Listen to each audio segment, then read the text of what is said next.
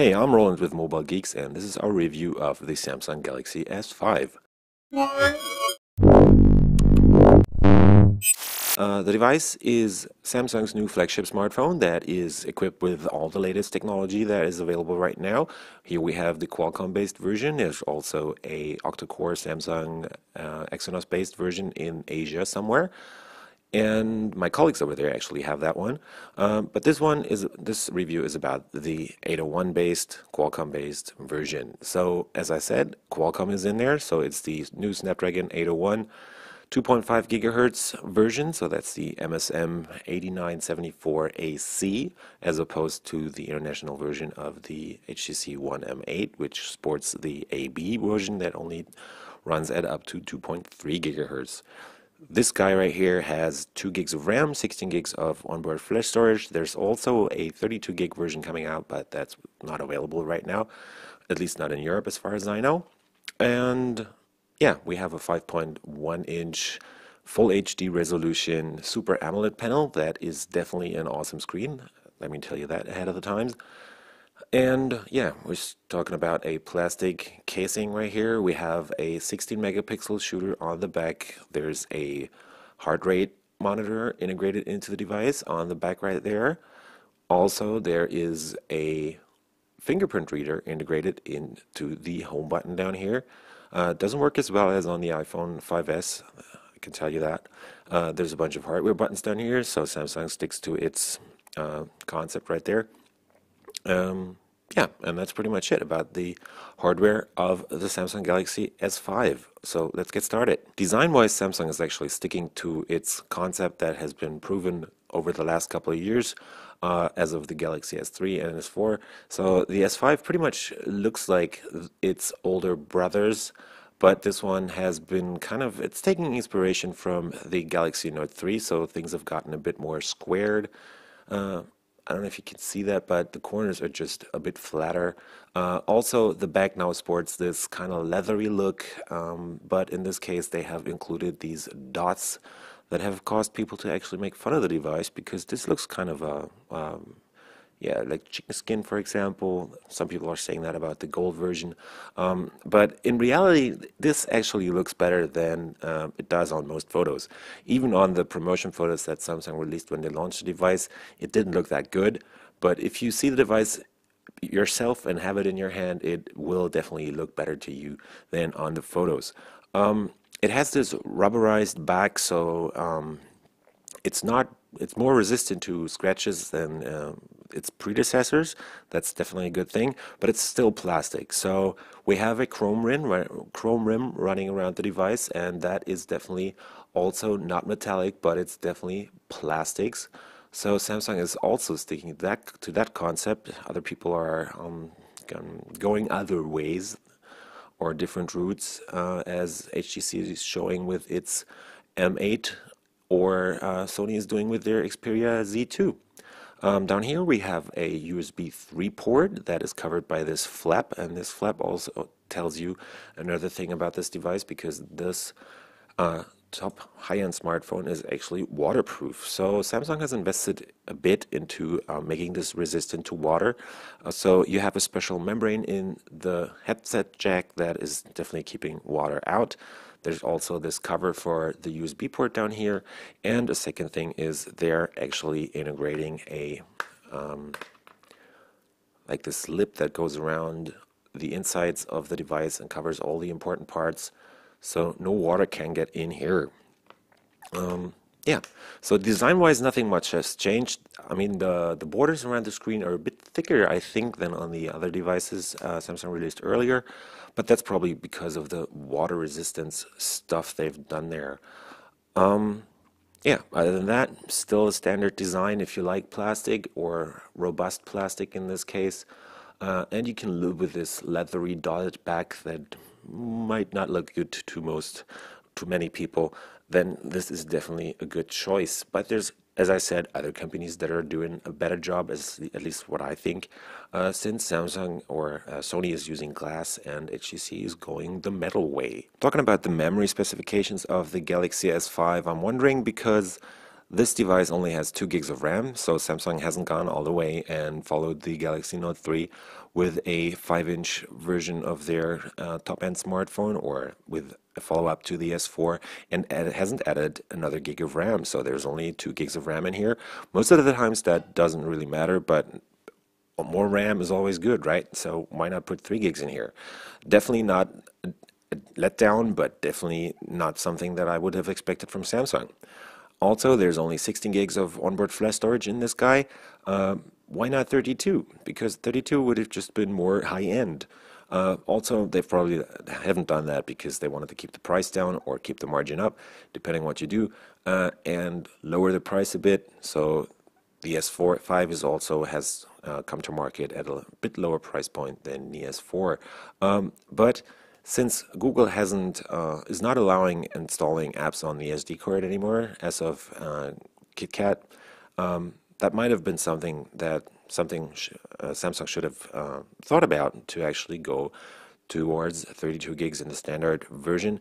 You can always extend the memory, so there's an easy way to access your SD card back here. So you can always throw in 128 gigs of SD storage back here to add up to your to add to the onboard memory, and make room for more movies, music, and other media contents, since installing apps on here on the SD card is no longer possible.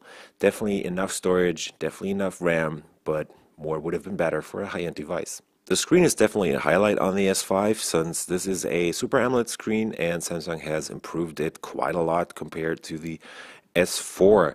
So on this guy, you can actually crank up the brightness up to 440 candela, but only in the automatic settings. In standard settings, you would go up to 350, which is still decent. And including or combined with Samsung's very good or nicely functioning color adjustment software that's in here, you'll be able to read this guy in this bright sunlight without any problems. There's also the big advantage of an AMOLED display that the contrast is super high on this. It's pretty much infinite contrast on here, so in the end you'll always be able to read this guy in the sun. But you have to remember, in the bright sunlight, turn on the automatic brightness setting, because otherwise it won't turn up the brightness up to all the full 440 candela that is actually possible.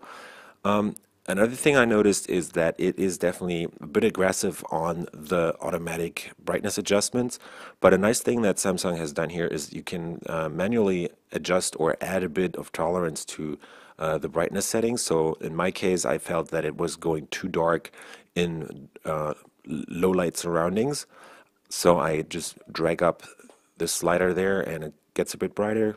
Good for me, I can read stuff, and so that's pretty cool actually. It also works the other way around, for sure. In the end, definitely a smart software solution on here. Also, the colors are very nice. It's not that oversaturated than it used to be, as it used to be on the older Samsung devices. Also, the viewing angles are just pretty much awesome. There's no color falsification on here, or almost no color inverting or whatever. And because Samsung is somehow steering or adjusting the colors on this device depending on the surrounding lights, it will most of the times look pretty good to you. And as I said, it's not as super crisp or not as unnaturally colorful than it used to be. It's still very colorful, but now it looks more natural, and it definitely looks good. It is definitely a super crisp and super sharp screen where you won't have any problems reading even the tiniest texts on here. The resolution is still at 1920 by 1080, and the pixel density has been lowered a bit compared to the Galaxy S4, but it still looks way awesome, including all the great color reproduction, or the good color reproduction on here, the super high brightness and the color adjustment stuff that Samsung is doing here. It's definitely one of the best displays around right now on the market. The camera on the Galaxy S5 is definitely a step up from the S4, because this one has a 16 megapixel resolution. The sensor size has stayed the same. They have increased the pixel density and added more pixels, so there's theoretically less light hitting those more densely packed pixels on this sensor. But what Samsung has done here is they have reduced the light leakage on the pixels. So what they're saying is there's more light, or the light is more definitely or more better received by the sensor. So the quality should definitely be the same. Resolution has gone up, so you have definitely got a better picture. I haven't really had the chance to compare it to the S4, but this camera is definitely doing a good job, as you can see in Nicole's video. Another thing Samsung is doing here, they have some highly aggressive noise reduction. So when you're doing pictures in not so optimal light levels, you will notice that there's like this oil painting effect going on the photos that are taken in low light. In some cases, it might be really extreme when the software is going a bit overboard and actually makes it look like a painting. So you always want to make sure to have enough light around, but that's something that always has to be taken care of on most smartphone cameras. Software-wise, it's definitely an improvement compared to the S4. Let's just hit the camera right there. So what you can do is actually you can choose from one of the 16 different settings that are in this grid. There's, I don't know, it's like probably like around 30, 24, whatever, different settings and other stuff that has to be adjusted here. And what you can do is you can just replace the ones that are in this steadily visible menu while shooting. So I had actually to place the flash down here so I can turn it on and off without going into the menu first. So I don't know if that was the same on all devices, but in my case I had to move the flash down here to actually have it handily, readily available when I was just running around shooting and I didn't want to go into any menus. You can adjust pretty much everything in here. The full sensor size is used when shooting at 16 megapixels. The photos are looking pretty nice, and you get this new menu down here for the different modes, so that actually collects most of the different kind of weird modes. There's a bunch of different weird modes like the dual camera and all that stuff.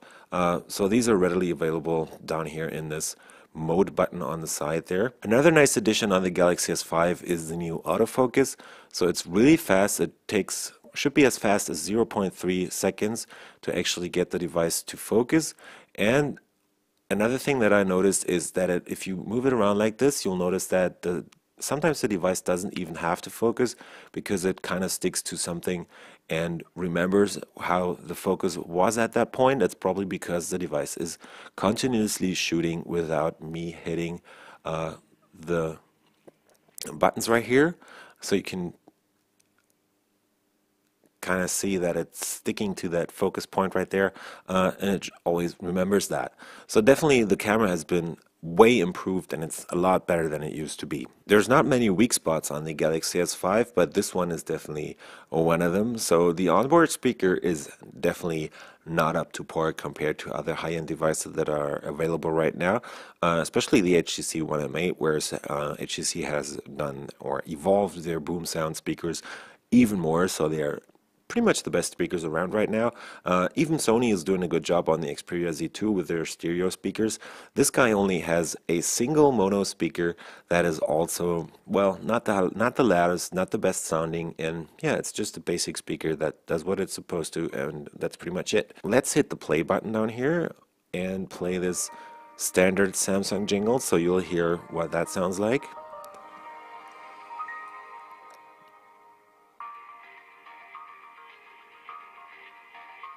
So there's not much of a bass going on, and the mids and the highs are also not too good. I also noticed that the whole device starts vibrating once you play music at a really high noise or volume setting. So that's kind of an odd thing. I don't know if Samsung is actually doing this on purpose to use the device as like resonance body or body resonance, but in this case it feels kind of weird, but it doesn't really bother me at all. But the thing is, the sound is definitely not above average, and there's a bunch of devices that are louder, that have more bass in them. So the speaker on this is definitely just a standard speaker that is trying to do its job, and yeah, it's pretty good at that, but nothing special right here. On the performance side, the Galaxy S5 is definitely a highlight because this one is pretty much one of the best devices on Antutu right now. So we've managed to score scores above 36,000 points. This one right here is way above, or still a bit above, the HTC One M8. It's even more above the Z2 that we tested. We don't know if there's something wrong with the Z2 that we tested, but I can assure you that you will have more than enough power on the Galaxy S5 since this guy has all the power you'd ever need. It has 2.5 gigahertz quad core in there, definitely doing a good job. The RAM is pretty fast. The NAND controller, the memory is not the fastest, but that's another thing. Most people won't notice that. In games, no problems at all. There's one thing I noticed is that the interface is kind of laggy. There's a couple of things where it might take longer for stuff to load, like the gallery, for example. But that's something that if you're only using this device, you won't really notice, only compared to other devices that it actually shows. So most of the cases, the performance on the Galaxy S5 is definitely more than decent, and benchmark-wise, they're top of the line. Gaming wise, definitely an awesome device. So if you turn off some of the effects, Nicole has made a video, so should check that out. If you kill off some of the effects like the animation, zooming, and all that stuff that slows the interface down, you will probably be able to make things look and work a bit faster.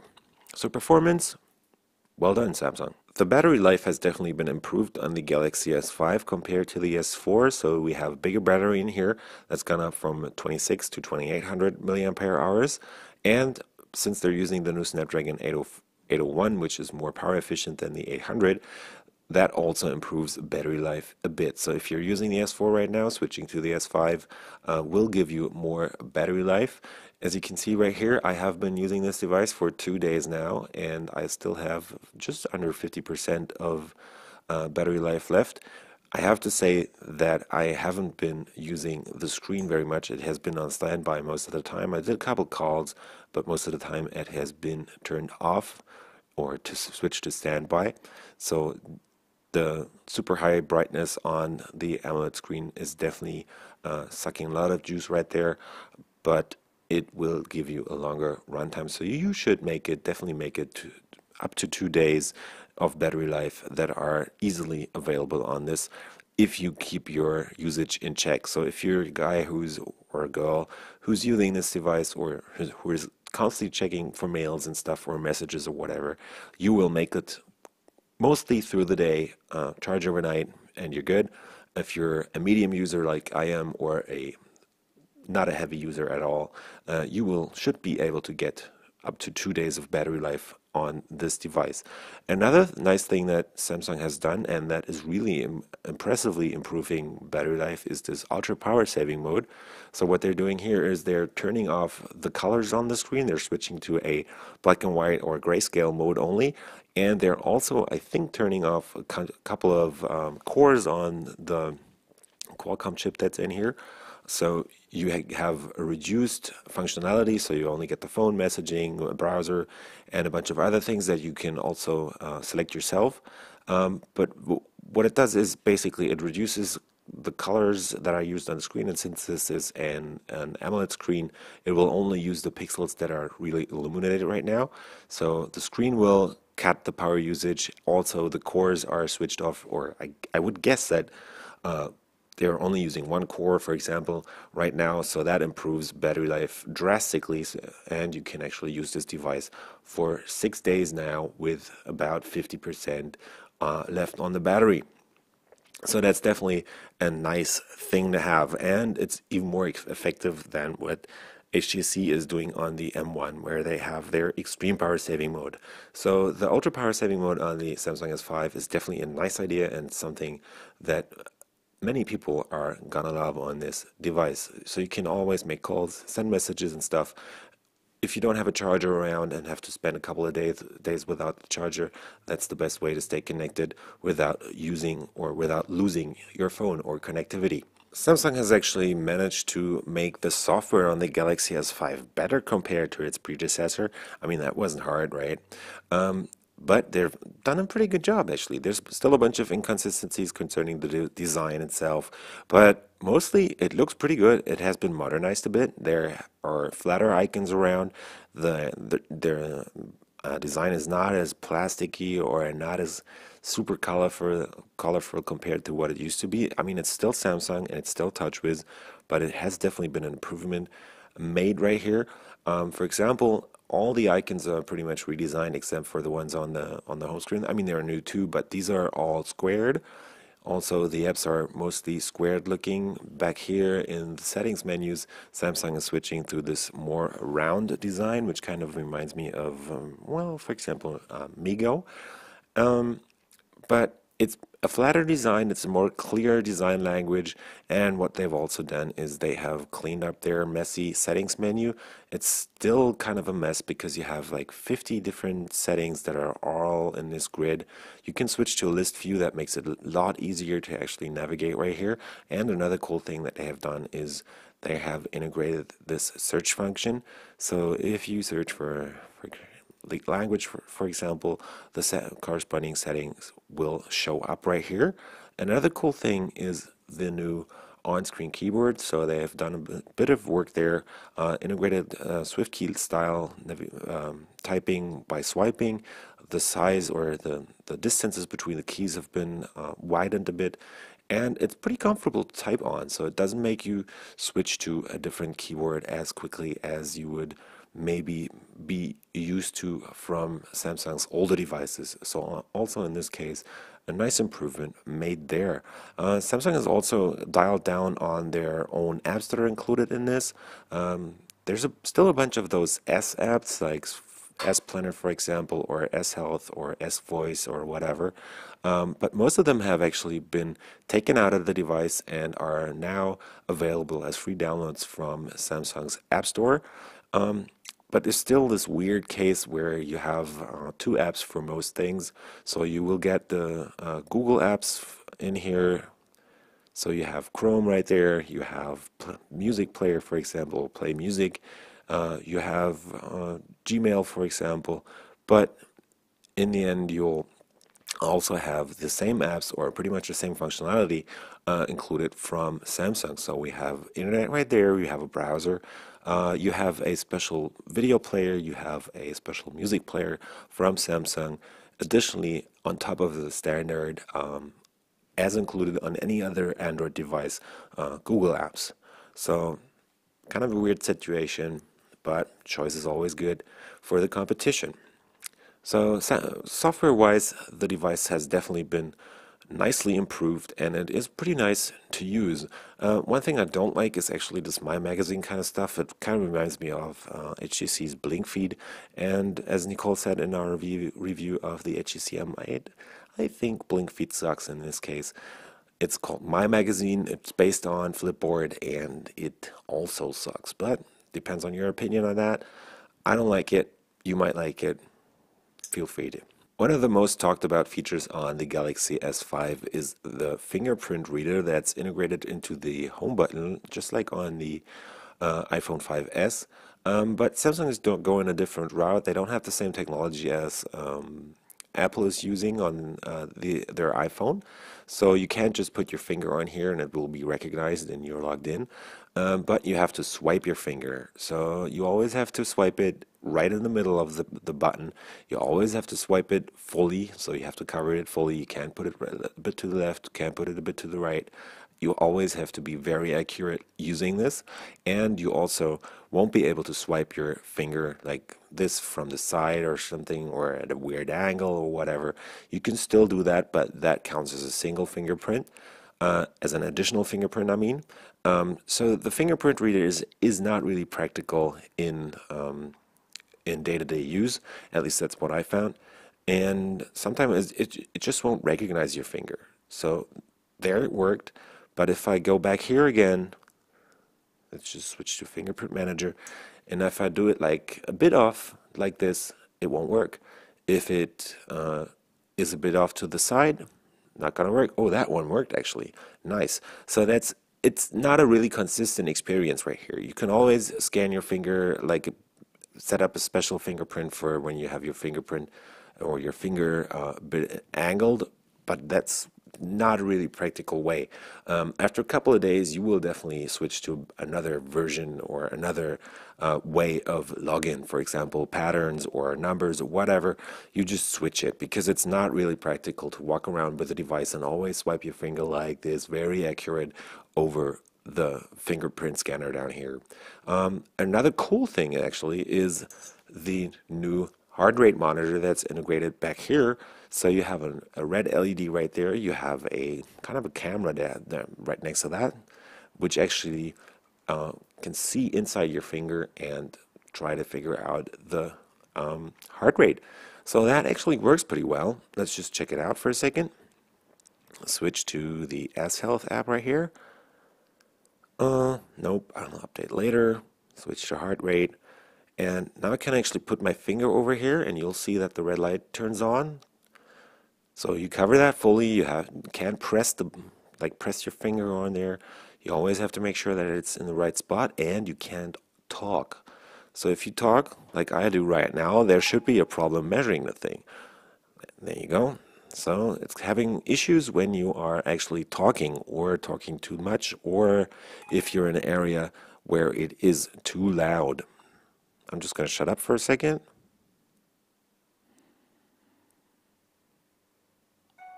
See, so that works actually.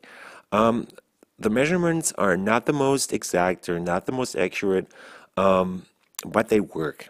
After a couple of times, you just do it more than once, you'll get something of an average, and that should be fine with you.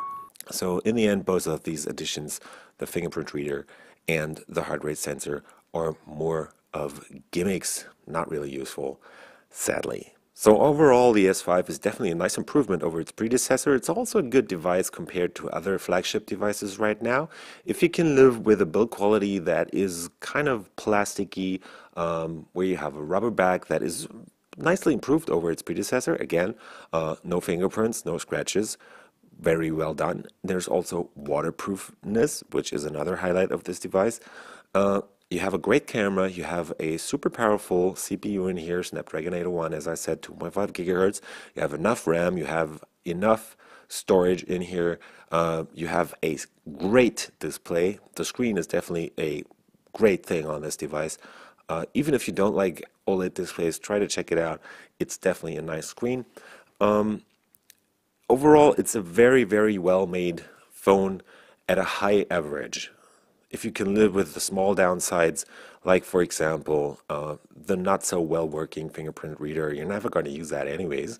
The heart rate sensor on the back, nice feature, but not the greatest. The sound, too bad they couldn't improve that. You just put a metal casing around this Samsung and everybody's going to love you for that. Because the S5 is definitely a nice device, and we're kind of looking forward to its, next version.